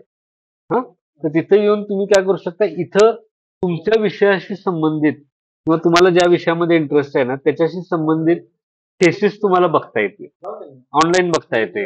हा, पीएचडी थेसिस असतात ना ते तुम्हाला ऑनलाईन बघता येईल. आता आपण एक सॅम्पल म्हणून यांनी जे इचलकरंजीच्या संदर्भात घेतले ना त्याच्याबद्दल आपण बघूया. इथं आलात तुम्ही की इथं तुम्हाला एक सर्चचं बटन दिसेल. इथं आहे, हा, इथं हे बघा सर्च, तर तुम्हाला सर्च दिसेल. ठीक आहे, त्या सर्च वर गेल्यानंतर तुम्ही इथे इचलकरंजी दिसते ना तुम्हाला सगळ्यांना मी जे शेअर करतोय ते. हो सर, दिसते. हा, इचलकरंजी असं तुम्ही टाईप केलं आणि सर्च म्हणाला की तुम्हाला मग इचलकरंजीशी संबंधित जे काही संशोधन झालेलं असेल तर ते संशोधन तुम्हाला इथं दिसेल. म्हणजे जे अपलोड केलेले असतील ते तुम्हाला दिसतील. आता इचलकरंजी आपण टाकल्यानंतर बघा, study on the challenges prospect textile industry in Thane district असं झाले. ठीक आहे, हा, marketing of powerloom fabric in Ichalkaranji. आता हे दुसऱ्या कुठल्या तरी विषयातनं ते केलेलं आहे, म्हणजे टेक्नॉलॉजी असेल किंवा मार्केटिंग इकॉनॉमिक्स असेल त्या अर्थानं ते संशोधन केलेलं असेल. हा, त्याच्यानंतर तुम्हाला इथं दिसेल की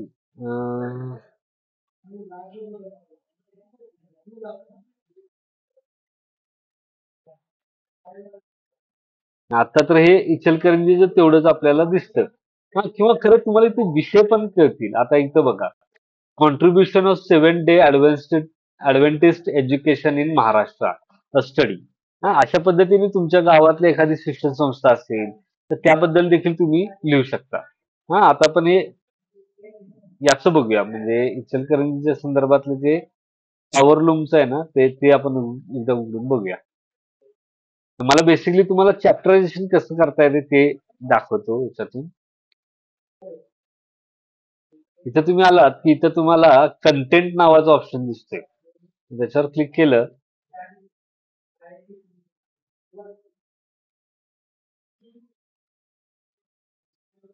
की तो कंटेंट जो आहे तो उघडतो.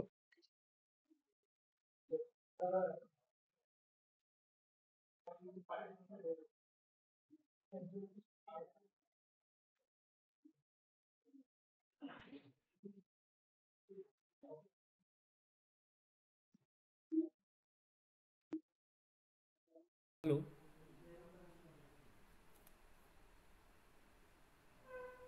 हा, मी नंतर पाठवेन तुम्हाला, नंतर पाठवेन. मी ऑलरेडी ग्रुपवर दिलेलं होतं तुम्हाला. आता कॉन्टॅक्ट सेशन चालू आहे.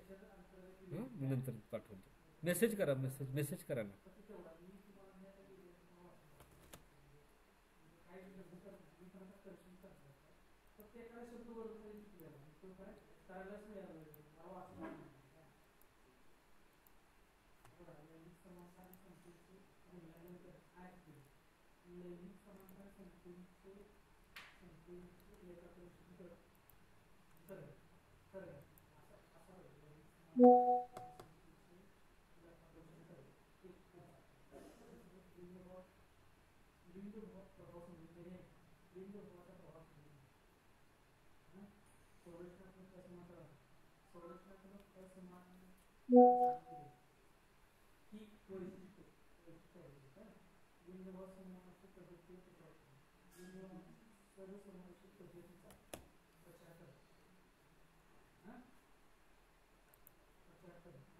हा दिसते हो दिसते सर. तर आता बघा इथं त्यांनी एक केलंय म्हणजे काय declaration of guide, declaration of researcher, acknowledgement. हां म्हणजे डिक्लेरेशन ऑफ गाईड म्हणजे जो काही त्यांचे गाईड असते त्याचं एक डिक्लेरेशन असतं, प्रमाणपत्र असतं, संशोधकाचं प्रमाणपत्र. आता आपल्या ह्याच्यात 2 दिलेले आहेत मी प्रमाणपत्र त्या पद्धतीची. ॲक्नॉलेजमेंट म्हणजे ऋण निर्देश. तुम्ही एखाद्या पानावर कोणी तुम्हाला मदत केली त्याच्यावर ऋण निर्देश असं लिहून खाली त्याबद्दल लिहू शकता. हां किंवा तुमचे काही अनुभव असतील तर ते मांडू शकता. हां आणि त्याच्यानंतर मग हे चॅप्टर्स म्हणजे आता इतिहास इचलकरंजीचं नेमकं काय प्रोफाईल आहे. आता म्हणजे आपण काय बघतोय साधारण इथे इचलकरंजी ऐतिहासिक बॅकग्राऊंड आपण बघणार. दुसऱ्या चॅप्टरमध्ये रिव्ह्यू ऑफ लिटरेचर म्हणजे इचलकरंजीच्या इतिहासासंदर्भात काय आधीच्या पुस्तकांमध्ये मांडले गेले ते तुम्ही लिहू शकता. आणि मग तुमचा जो विषय आहे त्याच्याबद्दल लिहू शकता. किंवा हे सगळं इचलकरंजीच्या बद्दलचं आधीचं संशोधन किंवा त्याची पृष्ठभूमी हे एकाच चॅप्टरमध्ये लिहून तुम्ही आता इचलकरंजीमध्ये जे कोणते घोरपडे आहेत त्यांच्याबद्दलची माहिती दुसऱ्या चॅप्टरमध्ये लिहू शकता आणि त्यांनी केलेलं शैक्षणिक कार्य तिसऱ्या चॅप्टरमध्ये लिहू शकता. आणि मग नंतर एका चॅप्टरमध्ये कन्क्लुजन लिहून तुम्ही त्याचे संदर्भसूची देऊ शकता. अशा पद्धतीनं तुम्हाला हे तुमचं जे संशोधन आहे ते करता येतं.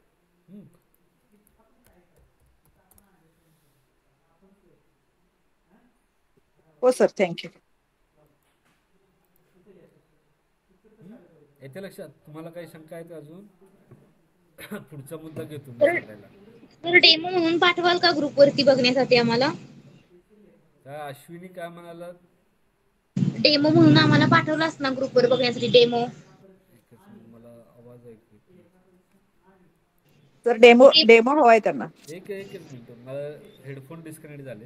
हा बोला आता. हा सर मी म्हणते की सर डेमो पाठवला तर ग्रुपवरती बरं होईल सर.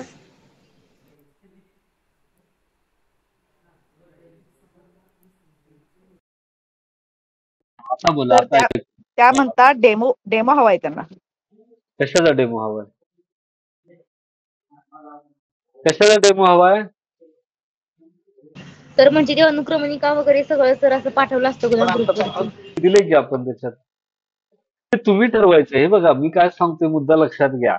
आता समजा हे प्रमोद जगताप जे आहेत ते जर समजा रायगडावर संशोधन करत असतील हा आणि या जयश्री ज्या आहेत त्या जर इचलकरंजीच्या शिक्षण क्षेत्रावर संशोधन करत असतील. आता या जयश्रींचा जो चॅप्टरायझेशनचा डेमो जो आहे जे काय तुम्ही म्हणताय तो नमुना प्रमोद जगतापांमधून उपयोग नाहीये. पण त्यांचे संशोधनाचा विषय वेगळा आहे, त्याची उद्दिष्ट वेगळी आहेत. त्याच्यात जी माहिती ते बघणार आहेत ती वेगळी आहे. त्या अनुषंगानं त्याचं चॅप्टरायझेशन पडेल. येतं लक्षात? बरोबर ना Pramod Jagtap? Okay sir. Sir बरोबर आहे बरोबर आहे. हो सर बरोबर आहे अगदी बरोबर आहे. त्यामुळे तसा नमुना मला तुम्हाला देता येणार नाही कुणाला. येते लक्षात? त्यामुळे काय होईल माहितीये का तसा जर नमुना मी तुम्हाला दिला ना तर तुमचे विचार करायची म्हणजे तुम्ही त्याला एक चौकटीत सगळा विचार करायला सुरू कराल. तुम्ही वेगवेगळ्या विषयांवर विचार नाही करणार. येते लक्षात? तर बेसिकली तुम्ही विचार करावा हाच त्याच्या मागचा उद्देश आहे. तुम्ही ते रिसर्च क्वेश्चन तयार करावेत, संशोधनाची उद्दिष्ट तुम्ही ठरवावीत. या अर्थानं ते केलेलं आहे.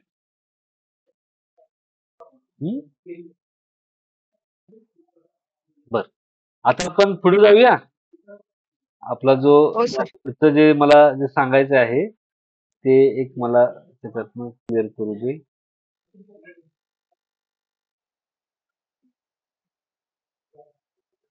पुढचा जो मुद्दा आहे तो आहे की हे नेमकं कशा पद्धतीनं तुम्ही हे सादर करणार आहात त्याची तांत्रिक माहिती आहे. तुम्ही काय करायचं हा संशोधन प्रकल्प टाईप करून घ्यायचा आहे. A4 साईज कागद घेऊन त्याच्यामध्ये टायपिंग करून घ्यायची त्याची आणि त्याचा बाउंड फॉर्मॅट म्हणजे काय म्हणजे जसा PhDचा थेसिस असतो तो बाइंडिंग करून मिळतो. म्हणजे झेरॉक्सची दुकानं वगैरे असतात ना जिथे इंजिनिअरिंग कॉलेज वगैरे असतात बघा त्याच्या शेजारी पण अशी दुकानं असतात. ते प्रोजेक्ट बनवून देतात. ते प्रोजेक्टचं बाइंडिंग वगैरे करून देतात. तर त्यांच्याकडनं तुम्ही हे 2 प्रतीत तुम्ही बनवून घ्या. तुम्हाला हवं असेल तर 3 प्रतीत बनवा.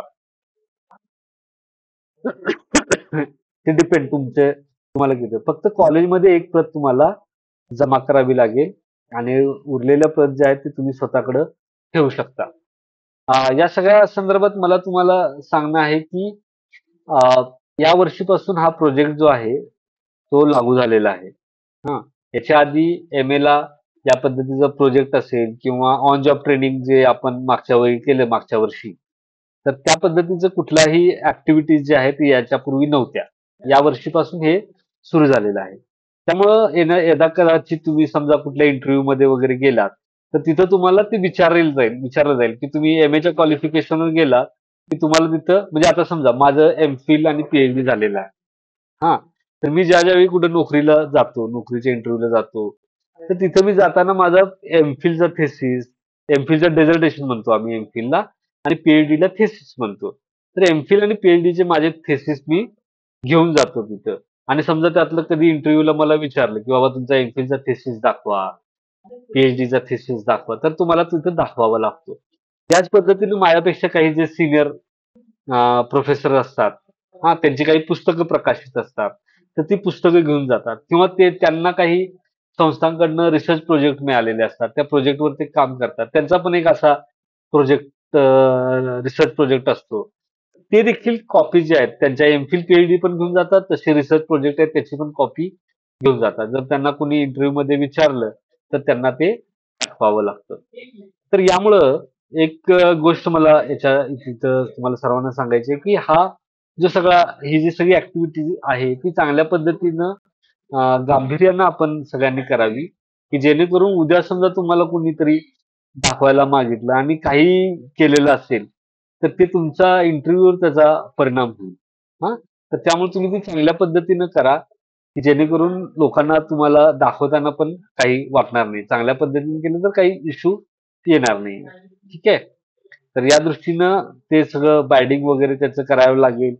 त्याची 2 प्रतमध्ये करा आणि आपल्या स्टडी सेंटरकडं ती एक प्रत त्याची जमा करायची. स्टडी सेंटरची सही वगैरे घेऊन दुसरी प्रत विद्यार्थ्यांना स्वतःजवळ ठेवायची आहे. तर हा अशा पद्धतीने करायचा आहे. जसं मी मगाशी पण उल्लेख झाला, की संशोधन प्रकल्प हा साधारण 50 ते 60 पेजेसचा त्याचा मजकूर असायला हवा. म्हणजे त्याच्यातलं कव्हर पेज, अनुक्रमानिका, ऋणनिर्देश हे सगळं वगळून आणि शेवटची परिशिष्ट वगळून एक 50 ते 60 पानं तुम्ही लिहायला हवीत त्याच्यामध्ये. हां. त्याच्यानंतर हे नंतर PDF बनवा त्या प्रोजेक्टची. भविष्यात पण तुम्हाला कधीतरी एखादे प्रिंट काढून त्याचा वापर करता येईल. तर त्यासाठी ती PDF जपून ठेवा. एक मला Google फॉर्मच्या द्वारे पाठवायचा आहे. मी Google फॉर्म तुम्हाला देईन. तर त्या Google फॉर्ममध्ये तुम्ही तो अपलोड करायचा आहे. मी सांगेन त्याबद्दलची माहिती.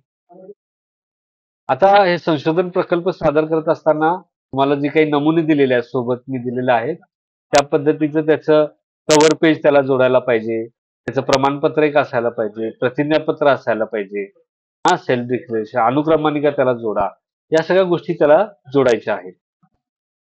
त्यानंतर संशोधन प्रकल्प अहवाल जो बनवताना त्याचा काय आराखडा एक ढोबळमानानं मी इथं दिलेला आहे. त्या गोष्टी तुम्ही त्याच्यात सामील करा. म्हणजे आता हे सगळं जोडलं, की प्रमाणपत्र वगैरे हे सगळं झालं, की त्याच्यामध्ये एक तुम्ही म्हणजे हे मुखपृष्ठ झालं, मग त्याच्यातलं प्रमाणपत्र झालं, प्रतिज्ञापत्र झालं, की मग तुम्ही ऋणनिर्देशाचं एक पान जोडा. ज्याच्यामध्ये तुम्ही आपलं एक मनोगताच्या स्वरूपात त्याच्यात लिहू शकता, की तुम्ही हा विषय कसा निवडला, या विषयाच्या ह्याच्यामध्ये तुम्हाला कोणी सहकार्य केलं, कुठल्या संस्थांनी सहकार्य केलं, त्याचे तुम्ही आभार त्याच्यामध्ये मानू शकता. कुणी कशा पद्धतीनं सहकार्य केलं ते जरा सविस्तर लिहिलं, की त्या लोकांचा आभार तुम्हाला कामामध्ये मदत केली, तर त्यांचा एक आभार तुम्ही मानल्यासारखं त्याच्यामध्ये होऊन जाईल.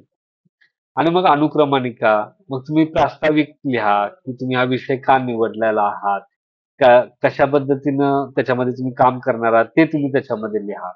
त्याच्यानंतर विषय निवडीचं कारण आणि महत्व तुम्ही लिहू शकता एका छोट्या चॅप्टरमध्ये. 1-2 पानात लिहा, की काय विषय का निवडलेला आहे, त्याचं महत्व काय, 2-3 पानात तुम्ही ते लिहू शकता. आणि मग प्रकरण 1, 2, 3 असं तुमचा जो विषय असेल त्याच्या आवश्यकतेनुसार तुम्ही प्रकरणांची संख्या बनवू शकता. हां, आणि त्याची प्रकरणं तुम्ही काढू शकता. आणि मग शेवटी 8वा जो आहे 8वा पॉइंट त्याच्यामध्ये तुम्ही निष्कर्ष जो आहे तो निष्कर्ष मांडू शकता. ओव्हरऑल तुमचा जो काही तुम्ही संशोधन केलेलं आहे त्याचा एक सारांश त्या निष्कर्षामध्ये तुम्ही मांडू शकता. तुम्हाला काही जी काही नवीन माहिती मिळाली आहे ती तुम्ही तिथे सांगू शकता. तुम्हाला काही नवीन माहिती सांगावीशी वाटते, तुमचं स्वतःचं एक विश्लेषण असेल त्या संशोधनाबद्दलचं, ते तुम्ही या निष्कर्षामध्ये देऊ शकता. आणि नंतर मग संदर्भ ग्रंथसूची जी आहे ती आपल्याला जोडायची आहे. ती अल्फाबेटिकली असते. म्हणजे अल्फाबेटिकली माहिती आहे ना? पहिल्यांदा, ब पहिल्यांदा, नंतर अशा पद्धतीने अल्फाबेटिकली असते. ती संदर्भ ग्रंथसूची तुम्हाला द्यायची आहे. आणि मग त्याच्यानंतर परिशिष्ट. याच्यामध्ये आवश्यकतेनुसार परिशिष्ट द्यायचं की समजा स्थळभेटवाले वगैरे असतील तर त्यांच्याकडे काही फोटो असतील. कुणी जरा आकडेवारीवर काम केलं असेल त्यांच्याकडे तक्ते असतील. आता या शिक्षण संस्थेबद्दल काम करतात, तर त्या शिक्षण संस्थांच्या किंवा शाळा कॉलेजेसचे फोटो असतील तर ते फोटो तिथं देऊ शकता. अशा पद्धतीने ते फोटो देऊन त्याच्या खाली त्या फोटोची माहिती, ते वास्तू कशाबद्दल आहे, ह्या सगळ्या गोष्टी तुम्ही त्याच्यामध्ये देऊ शकता. अशा पद्धतीने ही त्याचा आराखडा जो आहे तो मी या मार्गदर्शक सूचना ज्या आहेत त्याच्यामध्ये दिलेला आहे. आता संशोधन प्रकल्पात वापरलेल्या ग्रंथांचे अथवा लेखांचे संदर्भ देताना तळटीपांचा वापर करा किंवा तसंच प्रकरणाच्या शेवटी जे आहे प्रकल्पाच्या शेवटी संदर्भ ग्रंथसूची द्या. आता हे तळटीपा किंवा संदर्भ ग्रंथसूची हे कसे द्यायचे याच्या संदर्भातली माहिती तुमच्या त्या रिसर्च मेथोडॉलॉजीच्या पुस्तकामध्ये आहे. इतिहास संशोधन पद्धतीचं जे पुस्तक आहे तुम्हाला दिलेलं त्यामध्ये ही माहिती आहे. तिथनं पण तुम्ही ती बघू शकता. आणि महत्वाच्या सूचना, काही महत्वाच्या सूचना. सर्व विद्यार्थ्यांनी आपल्या अभ्यास केंद्राशी समन्वय साधून संशोधन प्रकल्प लवकरात लवकर पूर्ण करायचा आहे. हा, आपल्याला तो लवकर पूर्ण करून तिथे तुम्ही जमा करायचं काम लवकर करायचं.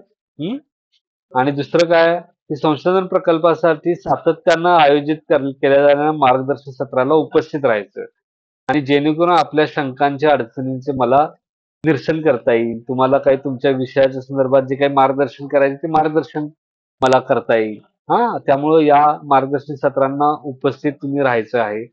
जर समजा उपस्थित राहता येत नसेल तर त्याचं रेकॉर्डिंग मी ग्रुपवर देणार आहे, तर ते रेकॉर्डिंग तुम्ही बघायचं आहे.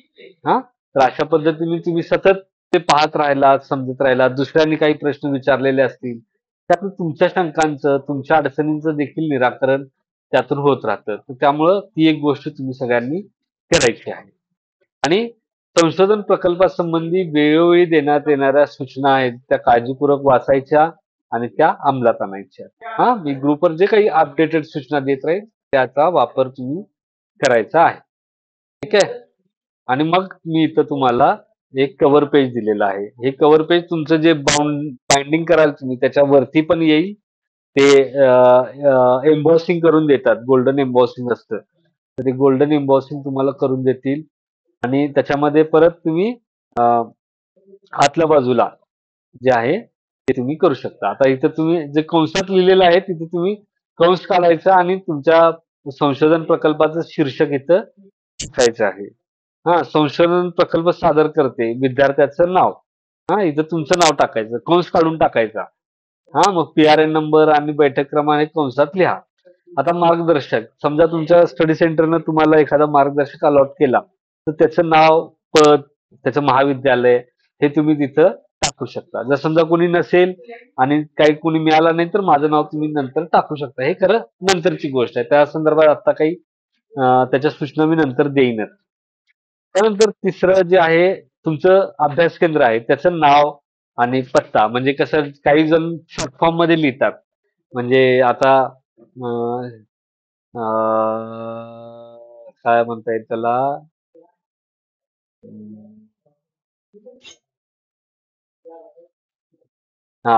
कन्या महाविद्यालय मिरज नावाचं कॉलेज आहे. तर त्याचा पत्ता लिहिताना KM कॉलेज फक्त एवढंच लिहितात. आता KM कॉलेज म्हटलं तर कसं किंवा KMC म्हणतील काही जण. त्या KMC म्हणजे कोल्हापूर म्युनिसिपल कॉर्पोरेशन पण होतं. तर त्यामुळे पत्ता लिहिताना संस्थेचं नाव, कॉलेजचं नाव आणि कॉलेजचं गाव, तालुका, जिल्हा इतकी माहिती पण साधारण सविस्तरपणे इथं लिहा. आणि नंतर हे खाली डिसेंबर 2024 सगळ्यांनी असंच टाका. आणि या पद्धतीनं कव्हर पेज जो आहे ते तुम्हाला बनवायचा आहे. त्यानंतर प्रतिज्ञापत्र आहे. त्याच्यामध्ये इथं तुम्हाला जे लिहिलेलं आहे म्हणजे हे संशोधन प्रकल्पाचे शीर्षक हे काढून टाकायचं. आणि हे रेषा पण काढून टाकल्या तरी चालतात आणि इथं टाईप करायचं तुमचं जे संशोधन प्रकल्पाचं शीर्षक आहे ना ते इथं टाईप करायचं. आणि मग इथं तुमची सही, तुमचं नाव, PRN, परीक्षा बैठक क्रमांक, अभ्यास केंद्राचं नाव अशी माहिती याच्यामध्ये लिहायची. मग दुसरं आहे ते प्रमाणपत्र. हे कोण करणार? अभ्यास केंद्र करणार. तर तुम्ही इथं लिहायचं तुमचं नाव लिहायचं, PRN लिहायचा, बैठक क्रमांक लिहायचं, पदवीसाठी कुठलं संशोधन प्रकल्पाचं शीर्षक इथं लिहायचं. मग तुमचं अभ्यास केंद्राचं नाव, वेळ, दिनांक आणि स्थळ असं लिहून इथं अभ्यास केंद्राचं सही शिक्का घ्यायचा कोऑर्डिनेटरचा. तर अशा पद्धतीने हे 2 प्रमाणपत्र, एक प्रतिज्ञापत्र, एक प्रमाणपत्र आणि संशोधन प्रकल्पाचं म्हणजे कव्हर पेज अशा 3 गोष्टी तुम्हाला याच्यामध्ये जोडून द्यायच्या आहेत. ठीक आहे. आता याच्यात काही कोणाला काही शंका आहे? सर हे ग्रुपवरती पाठवाल ना तुम्ही? पाठवलेलं आहे ऑलरेडी. तुम्ही नाही ग्रुपवर? सर प्लीज एकदा रिसेंड करता का? ऍक्च्युली माझा मोबाईल खराब झाला होता ना त्यामुळे नाही. प्लीज म्हणजे रिसेंड करा कधी ना सर. कधी खराब झाला होता तुमचा मोबाईल? सर 2 दिवसापूर्वीच मोबाईल घेतलाय मी. बरं कालच मग पाठवलं. तरी तेच मी सांगतोय. मी काल पाठवलाय. काल पाठवलंय का? ओके मी मग ग्रुप चेक तुम्ही करते. ग्रुपवर सॉरी. पाहिलेलं नाही. पाहायला पाहिजे ना. सगळ्यांनी ग्रुपवर म्हणजे आता त्याच्यातली शेवटची सूचना होती बघा. काय सूचना आहे शेवटची? त्यात असं म्हणलंय संशोधन प्रकल्पासंबंधी येस सर आहे ग्रुपवरती आहे. वेळोवेळी देणाऱ्या सूचना काळजीपूर्वक अंमलात आणाव्यात. अंमलात आणण्यासाठी येस सर पहिल्यांदा येस सर वाचायला हवं. थँक्यू. आणि वाचण्यासाठी ग्रुपवर काय येते त्याच्याकडे लक्ष ठेवायला पाहिजे. ठीक आहे. तर तुम्ही सर्वजण त्याकडे लक्ष ठेवाल आणि हा आपला संशोधन प्रकल्प जो आहे तो चांगल्या पद्धतीने पूर्ण कराल अशी मला खात्री वाटते. Yes sir. ठीक आहे. बोला अनिकेत बोला. सर माझी एक शंका होती. आपली जी तळटीप आहे ती रिसर्च प्रोजेक्टला द्यावीच लागेल की आपली संदर्भ ग्रंथ नुसता मेन्शन केलं तर चालते? नाही. तुम्ही आता एखादी माहिती देणार असाल तर त्या माहितीचा आधार जो आहे तो द्यायला लागतो. म्हणजे ठीक आहे. तर त्यासाठी ती द्यावी लागते. तुम्ही मेथोडॉलॉजी जे पुस्तक आहे ना त्यातलं तळटीप, संदर्भ सूची हे वाचा. त्याच्यातून तुम्हाला व्यवस्थित लक्षात येईल. अजून कोण आहे? हरीश. सर हा जो प्रोजेक्ट आहे ना म्हणजे तो इंग्लिश मध्ये लिहिला तर चालेल का? चालेल.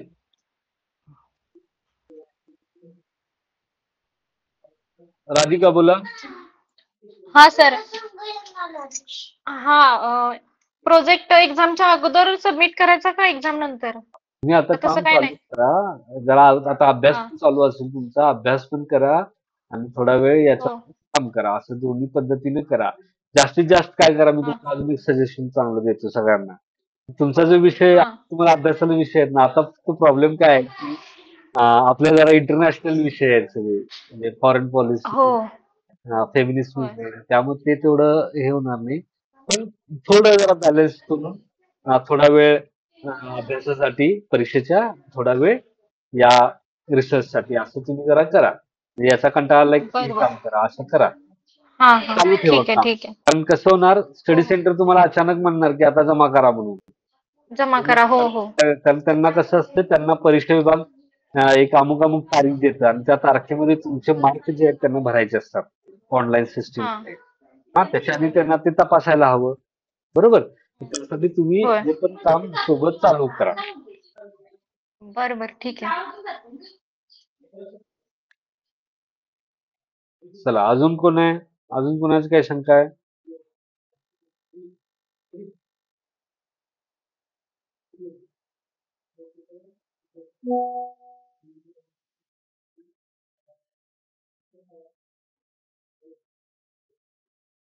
बोला अजून कोणाला काही शंका आहे का?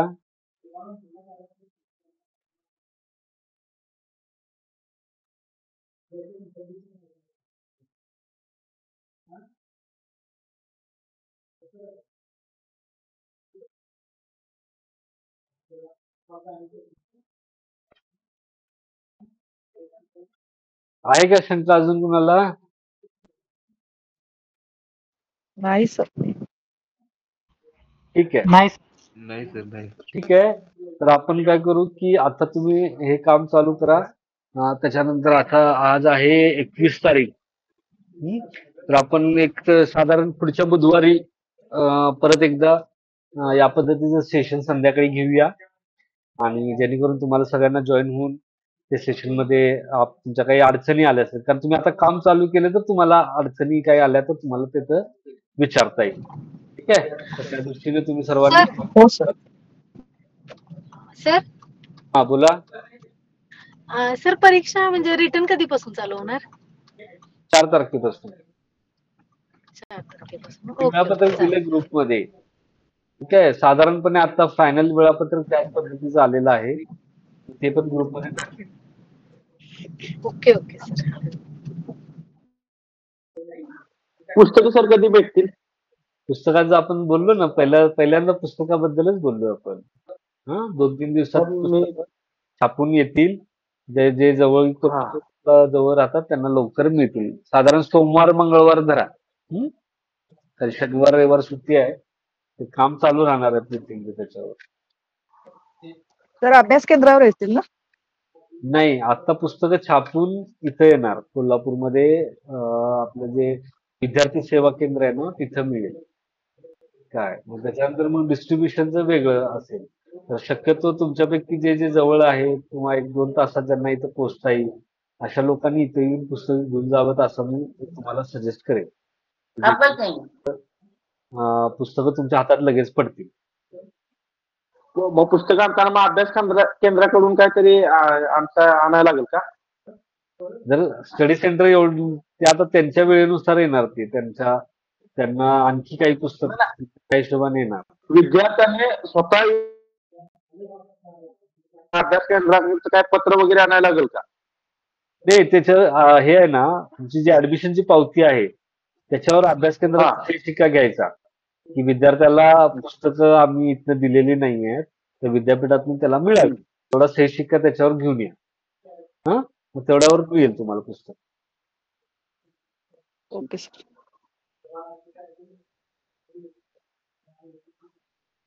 ठीक आहे. अजून ठीक आहे. काही शंका नसतील तर आपण थांबूया. तुम्ही सगळेजण या MA इतिहास भाग 2 सत्र 3 साठी आयोजित केलेल्या या संपर्क सत्रामध्ये रिसर्च प्रोजेक्टच्या संदर्भातल्या संपर्क सत्रामध्ये तुम्ही सर्वजण जॉईन झालात. तुमच्या शंका तुम्ही विचारल्या, त्याचं जे काही निरसन झालेलं असावं असं मी मानतो आणि तुम्ही सर्वजण जॉईन झालात आणि येणाऱ्या काळात देखील आपण जे अशी मार्गदर्शन सत्र घेऊ त्यामध्ये देखील तुम्ही सर्वजण जॉईन व्हाल असं मला आशा वाटते. तुम्ही सर्वजण या संपर्क सत्राला आलात त्याबद्दल तुमचं सर्वांचं मनापासून आभार. धन्यवाद. धन्यवाद सर. धन्यवाद सर. धन्यवाद धन्यवाद सर.